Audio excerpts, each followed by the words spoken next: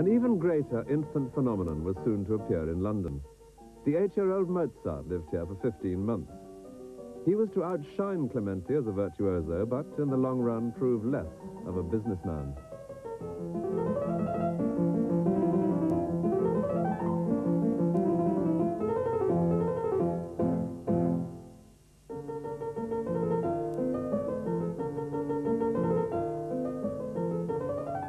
Mozart heard Clementi play this very piece in Vienna in 1781, and 10 years later, in the overture to the Magic Flute, he echoed its theme.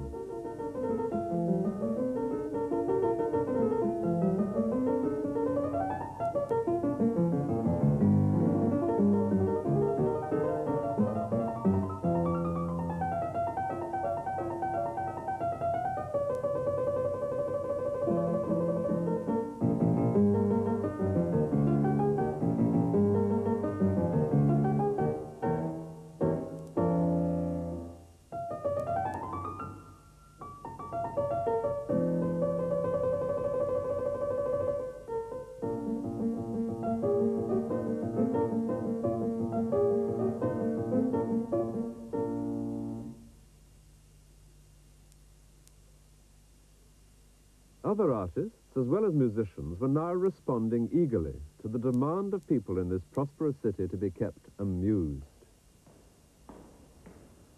When Londoners walked up these stairs at Somerset House in the summer of 1781, at which time the staircase itself was new, they were visiting one of the town's great regular attractions, the annual show at the Royal Academy.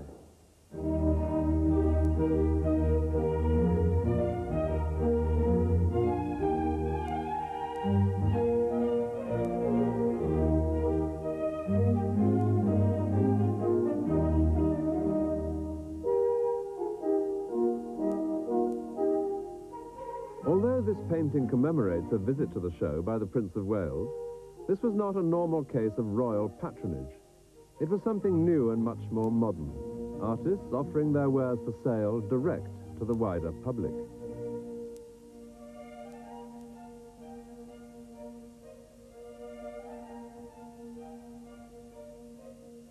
This was the first period when Britain had a large and brilliant school of native-born artists. Stubbs, Wright of Derby, Gainsborough, Reynolds.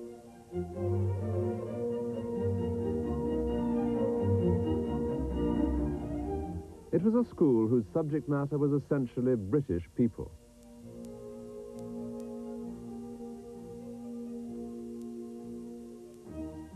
The countryside was a favourite setting, though the exquisite paintings of George Stubbs could be criticised by social realists for not giving an exactly down-to-earth view of country life. This was rather more the way the squire in his drawing room liked to imagine his farm workers. Artists such as Rowlandson redressed the balance with a distinctly more robust view.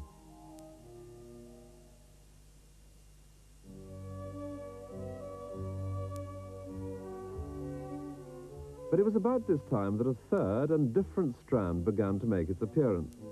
The sentimentality which was later to feature so strongly in Victorian painting. This was the view of rustic cottages and peasant families which was to prove most attractive to new middle-class customers. It was a mood which also now permeated music and theatre. Shield's opera Rosina was a typical example.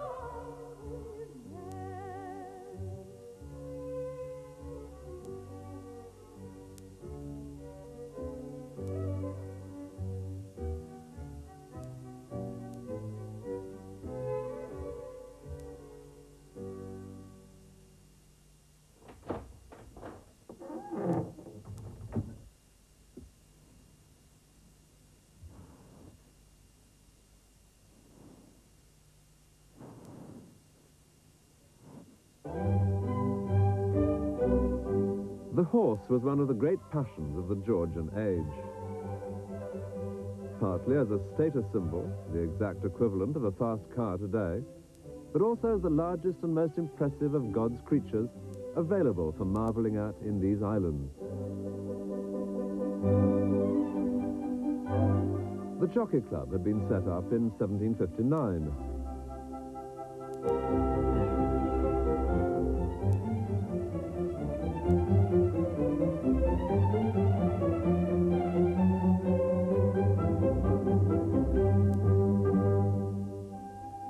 Now, many people chose to have their horses and even their carriages painted, with or without themselves on board.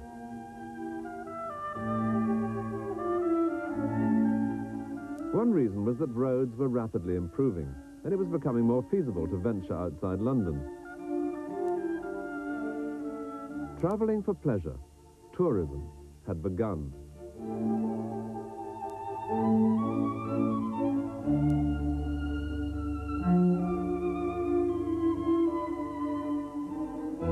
Discriminating Londoners could now set out in search of the picturesque, a word first coined in the 18th century. The high priest of the picturesque was a clergyman, the Reverend William Gilpin, who published a series of books telling tourists how to recognize what was picturesque in the landscape. The area of natural beauty to which he first directed their attention was the Wye Valley, cutting through from Wales to England.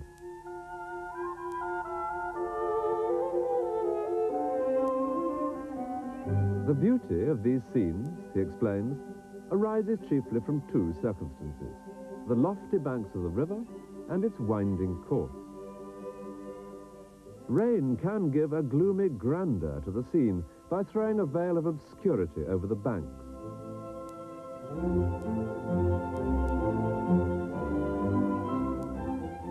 Gilpin also prescribes ruined buildings, woods, and rocks, in addition to water as desirable elements.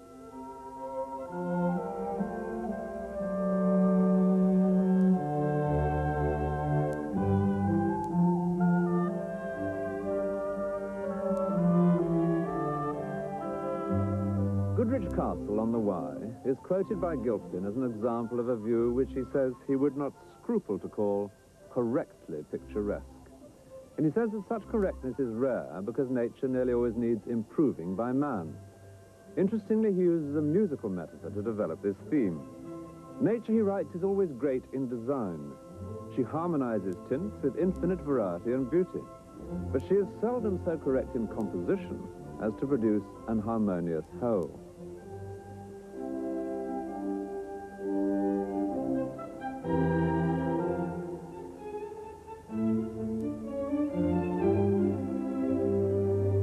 Gilpin's concept of what is picturesque boils down to a well-behaved prettiness, with occasional thrilling elements of surprise or grandeur.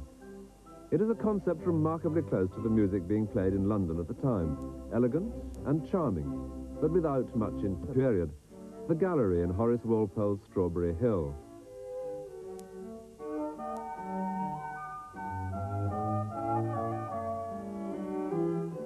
This quintet was written for the entertainment of Queen Charlotte at court. She was known to favour what was now called modern music in this early classical style. The king, by contrast, liked ancient music, what we would call late Baroque, Handel and Corelli. This was the first period when some people consciously preferred music of an earlier age.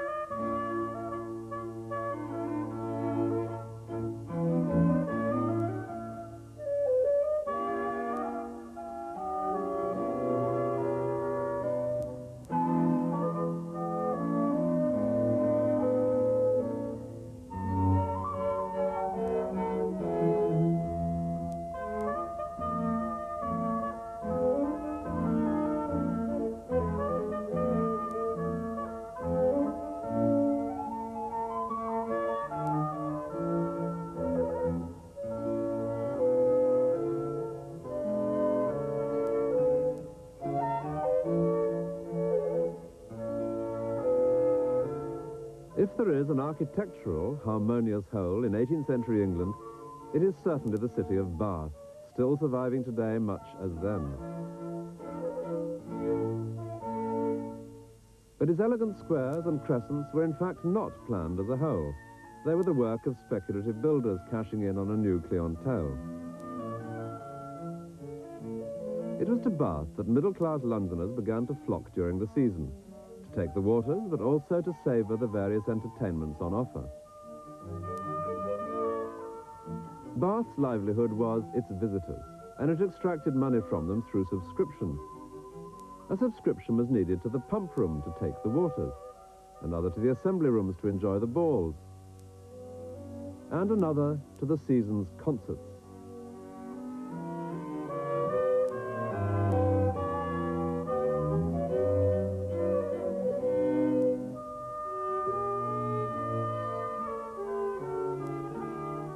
Any concert would usually combine amateur with professional performers. Talented members of the gentry would like to join in with the local professionals. In the case of Bath, that usually meant members of the Abbey's musical establishment. By now, concerts of this kind were happening in many parts of Britain. They were usually organised on nights with a full moon to light the patron's home.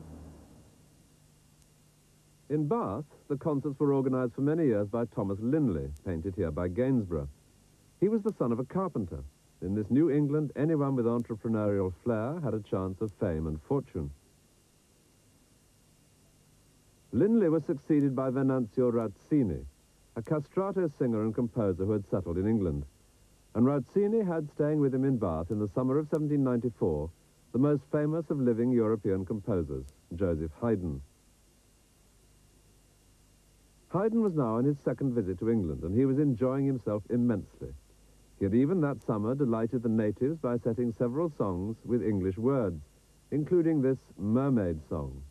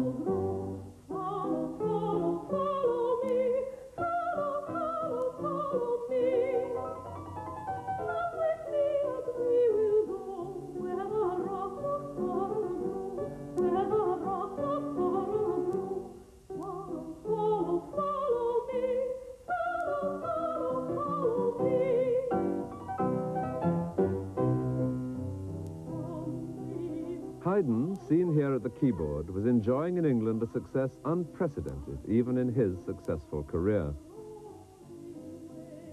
It was here that he was to find his most appreciative audience. He had been brought to London by a man who had himself settled in England, the German violinist and impresario Salomon, who travelled all the way to Vienna to persuade Haydn to make the journey.